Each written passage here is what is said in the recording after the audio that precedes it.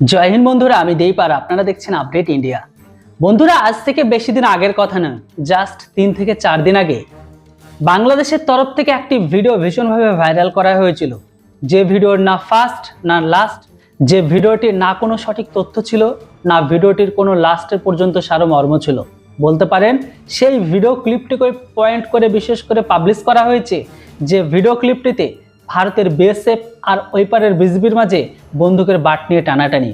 সেখানে বাংলাদেশের মাদ্রাসা ছাপার কিছু অশিক্ষিত লোকেদের বক্তব্য ছিল যে ভারতের বিএসএফ নাকি বিজিবির পা ধরে ক্ষমা চাচ্ছে। কিন্তু সেই ভিডিও ক্লিপ যদি আপনারা দেখে থাকেন, আমি আমার মেন চ্যানেলে দিয়ে রেখেছি, সেখানে যদি আপনারা একটু ভালো করে লক্ষ্য করেন তাহলে দেখতে পাবেন যে আদৌ ওইরকম কোনো ঘটনা নেই। সেখানে দেখতে পাওয়া যাচ্ছে একজন বিএসএফ রীতিমতো বন্দুক তাকিয়ে আছে গুলি করার জন্য, সেখানকার লোকালিটি মানুষজন এসে ধরে রেখেছে।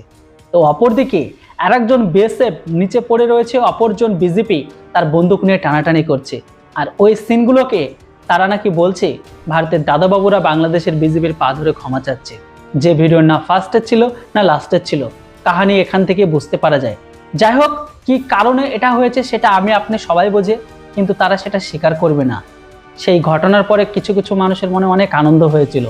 আমি বলেছিলাম যে বাংলাদেশিদের যে সমস্ত কাজকর্ম করে, বিশেষ করে সেই সমস্ত দেশের এক শ্রেণীর মানুষ, এই কাজের জন্য তারা সীমান্তে গুলি খেয়ে মারা যায়। ঘটনা হওয়া বেশি দিনও ঘটে যায়নি। নিয়ে নিন, এই মুহূর্তে সব থেকে বড় খবর বেরিয়ে আসছে বাংলাদেশের তরফ থেকে। খবর এটাই, ভারতের সীমান্তরক্ষী বাহিনী বিএসএফ এর গুলিতে মারা গেল একজন বাংলাদেশি।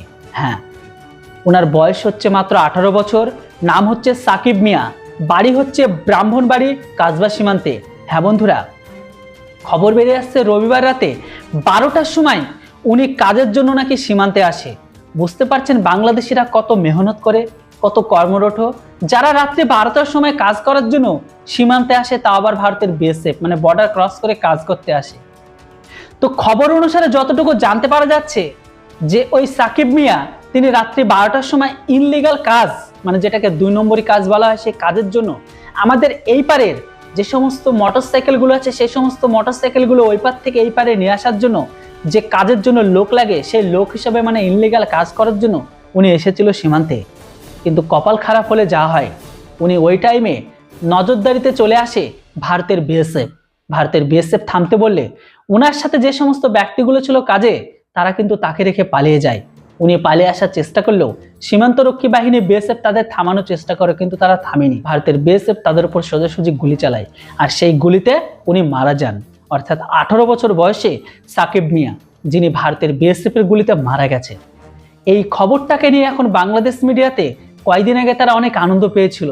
তারা বলছিল ভারতের বিএসএফ, ভারতের দাদাবাবুরা নাকি বাংলাদেশের বিজেপির পায়ে ধরে ক্ষমা চায়। আজকের দিনে তারা আবার হাউমাউ করে কান্নাকাটি করছে যে আর কতদিন এইভাবে নিরীহ লোকগুলোকে ভারতের বিএসএফ পাখির মতো গুলি করে মারবে।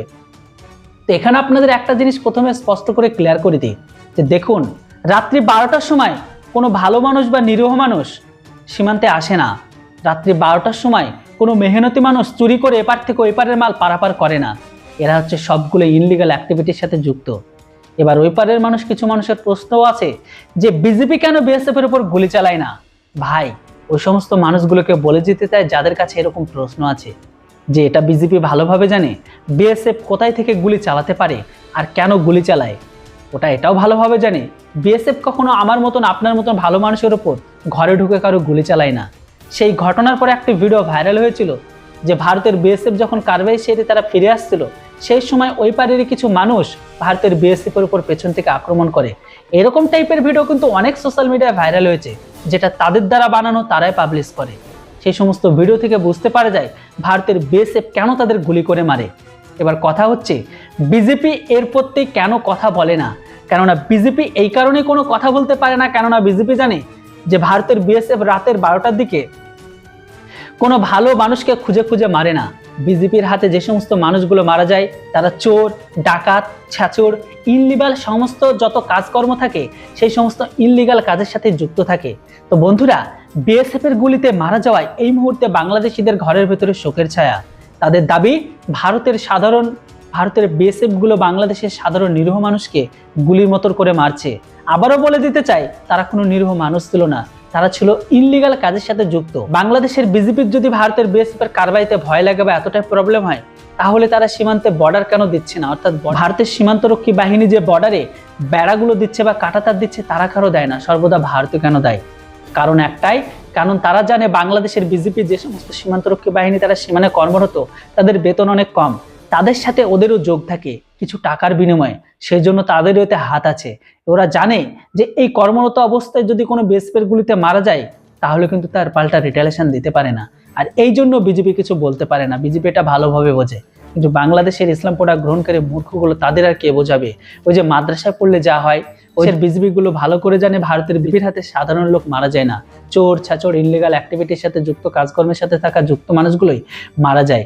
যেটা বন্ধুরা, এই খবরটা শুনে সেই সমস্ত মানুষগুলোর ভেতরে কি আজকের দিনে ঈদের আনন্দ আসছে? আজ থেকে কয়দিন আগে তারা যে বলেছিল ভারতের দাদাবাবুরা নাকি তাদের পা ধরে ক্ষমা চাচ্ছে, যদি তাদের এতটুকু সৎসাহস থাকে তাহলে সেই ভিডিওর ফার্স্ট থেকে লাস্ট পর্যন্ত যেন আপলোড করে। আমি জানি তারা করবে না, কেননা ঘটনা প্রথমেও আছে, লাস্টেও আছে।